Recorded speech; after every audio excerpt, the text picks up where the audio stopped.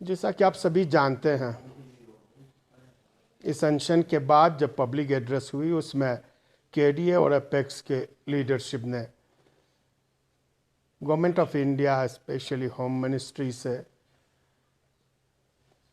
UT government से 3-4 issues पे हमने बात की थी।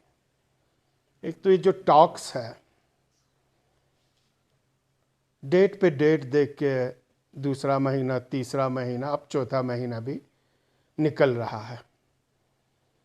उस वक्त 27 मई को उन्होंने कहा था कि हम इमीडिएटली मीटिंग बुला लेंगे विद इन मंथ्स, और वो विद इन मंथ्स अभी तक नहीं आए।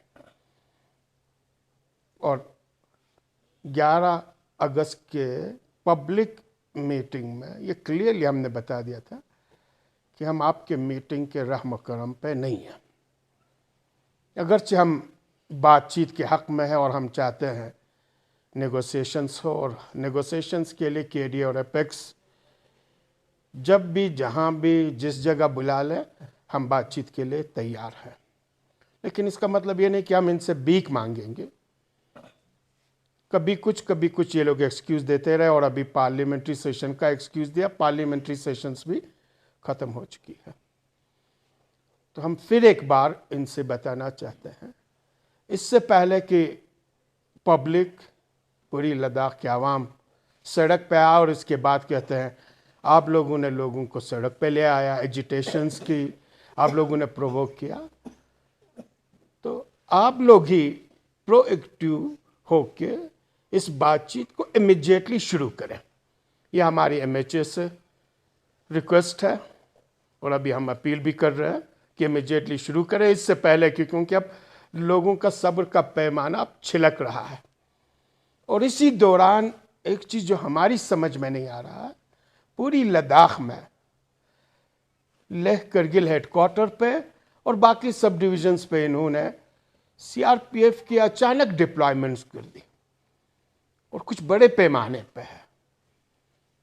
यानी उससे हम इस तरह से देख रहे हैं, ये एक इंडिकेशंस है कि शायद गवर्नमेंट ऑफ इंडिया या यूटी एडमिनिस्ट्रेशन, जिसका भी हो, ये हम नहीं जानते हैं ये स्टेप किसने उठा लिया है, या यूटी एडमिनिस्ट्रेशन से या एमएचए है, उनमें से जिसने भी उठा लिया है, ये शायद हमारे उस 11 अगस्त के पब्लिक मीटिंग के बाद, एपेक्स और केडीए के लीडरशिप के एड्रेस के बाद, ये एक मसल पावर दिखाने का एक इंडिकेशंस है। अदरवाइज इसका कोई मतलब ही नहीं है। जहां सब कुछ आपका पीसफुल चल रहा है, ऑल ऑफ ए सडन आप इतना डिप्लॉयमेंट करेंगे। तो हम इस डिप्लॉयमेंट को भी मशकूक नज़र से देख रहे हैं, और हम बिल्कुल एक चीज़ क्लियर कर देना चाहते हैं, हम इस डिप्लॉयमेंट से खुश नहीं हैं। और गवर्नमेंट ऑफ इंडिया, एमएचए अगर कोई भी मसल पावर इस्तेमाल करे तो हम इससे बर्दाश्त करने के लिए तैयार नहीं हैं। तीसरी एक चीज़ इसी दौरान उठी है, वो है एपेक्स बॉडी के सीनियर मेंबर सोनम वांगचुक के, जो एक इंस्टीट्यूट चला रहे हैं एजुकेशन को लेकर, हायल के नाम से।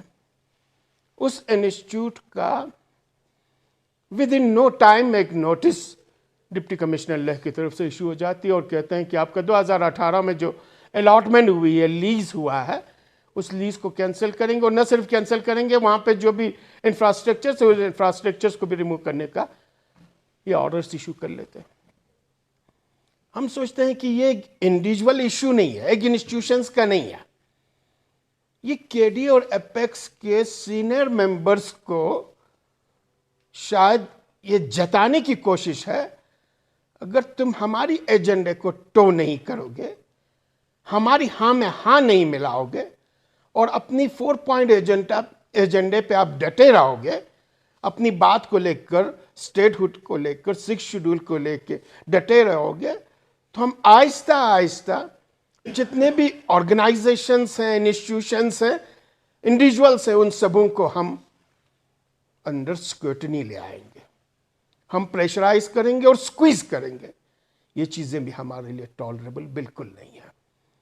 और हम ये एक इंडिविजुअल या एक इंस्टीट्यूशंस की हम नजर से नहीं देख रहे हैं, हम देख रहे हैं ये लद्दाख की लीडरशिप को आप थ्रेटनिंग कर रहे हैं, और ये थ्रेटनिंग केडीए के लीडरशिप को यूनानिमसली हमने डिसाइड किया ये किसी भी कीमत पे काबिल कबूल नहीं है और ये काबिल मजम्मत है, ये कंडमनेशन से।